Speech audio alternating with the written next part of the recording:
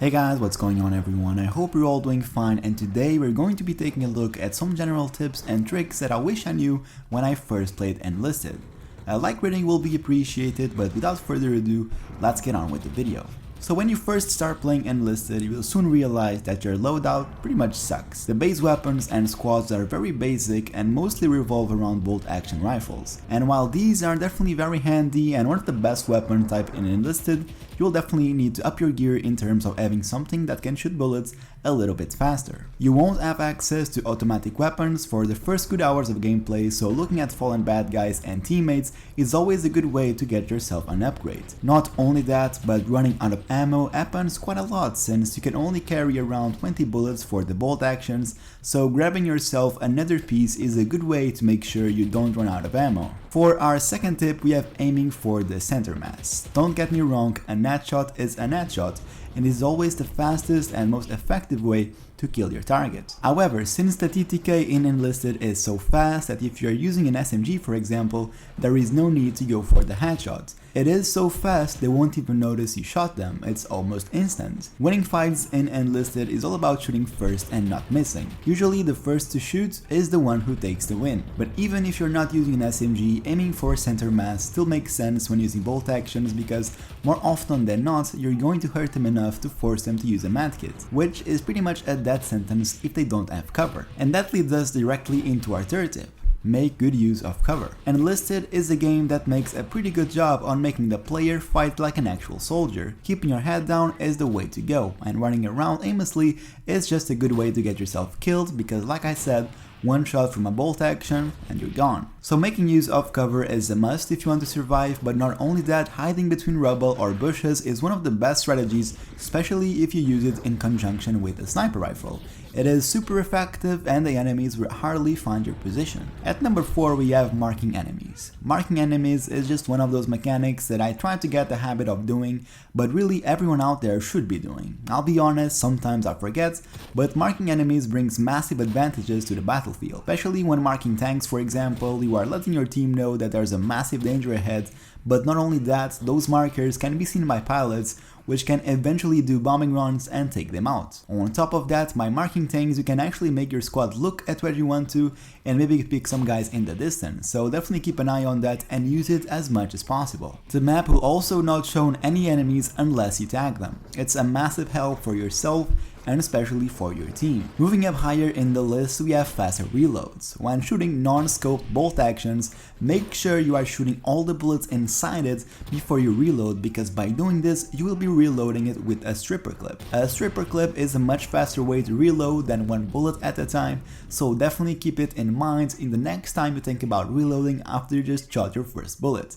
I know, I do it all the time. At number 6 we have something that a lot of people probably do not know about, but you can actually throw grenades back at your enemies. You can do this by looking at the grenade in the floor and pressing the melee button, and after that look at where you want to throw the grenade. And you can cook them as well, definitely something I have used quite a lot and saved my life a couple times, but not only that, it is just awesome when you kill a guy with the same grenade he threw at you. Rest in peace buddy. Next up we have teammates revival. I actually only found out about this after hours of gameplay because the game doesn't tell you a lot of things, and this just falls under some of the things that the game doesn't tell you, but you can actually revive your own teammates.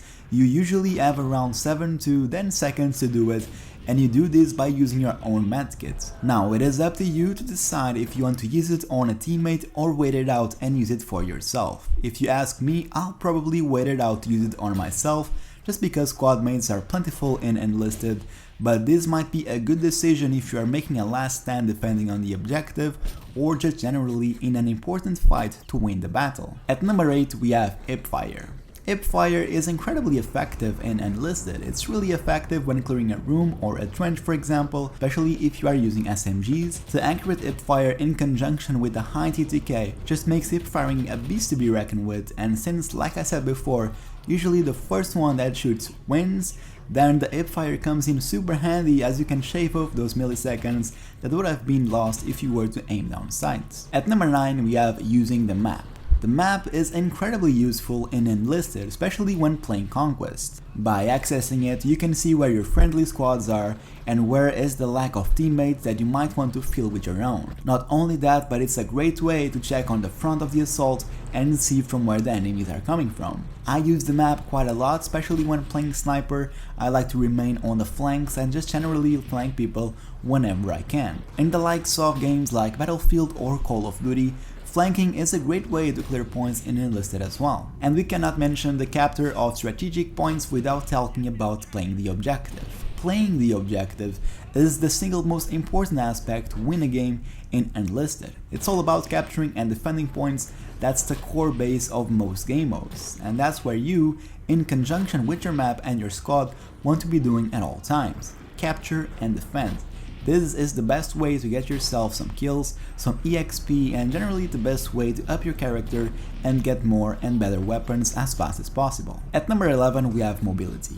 Being mobile means being alive. Staying on the same spot for long periods of time is usually a good way to get yourself killed. You might even get lucky and fight off an invasion of an enemy squad, but more often than not they will come back and stick with you in full force. This in return will probably kill you and send you back to the spawn menu only for you to get back and get a look of a well fortified position. So what I like doing is generally after successfully attacking a position and defending it, I will either move up to another one, or if I feel like I'm going to get attacked, I may move up closer to the spawn or directly to the sides of the objective I'm defending. This will surprise your enemy and give you a better shot at defending the objective. What I also like doing is to wait for my enemy to capture the objective and then attack from the back, from the place they will least expect, and just overrun it. For number 12, and this directly correlates with playing the objective, we have the AI squad commands. There is a plethora of commands you can give to your squad, from capturing and defending objectives to hold special positions or even to build whatever you might want to use. This is important, especially if you are waiting to be attacked and want to fortify your position really quickly, but do keep in mind that AI at the moment is a little bit dumb, and more often than not they will actually just get in front of whatever you're shooting. But still, make sure you give a good use of the AI every time you can, at least for now until they get a bit smarter. The game is still in beta, so we cannot really complain. At number 13, and since we're talking about the AI squads, we gotta talk about switching soldiers and having the right man for the job. If I can, I like to have one guy with a sniper rifle, another one with an SMG, at least one dude with a bolt action and means to destroy tanks. This is all you need for 90% of the times. This team will get you covered. Make sure they also have medkits installed and explosives, even if that means you have to reset all the gear from units you don't really use. Just make sure the ones you are using are as best equipped as possible. After this is all done and tested, you shall have yourself a solid team that you can use for any takedown. What I like doing is switching between members as I see fit. If you are defending, I might be using a sniper depending on the distance, but if you are about to enter a building, I usually just switch to my SMG guy and deal with it from there.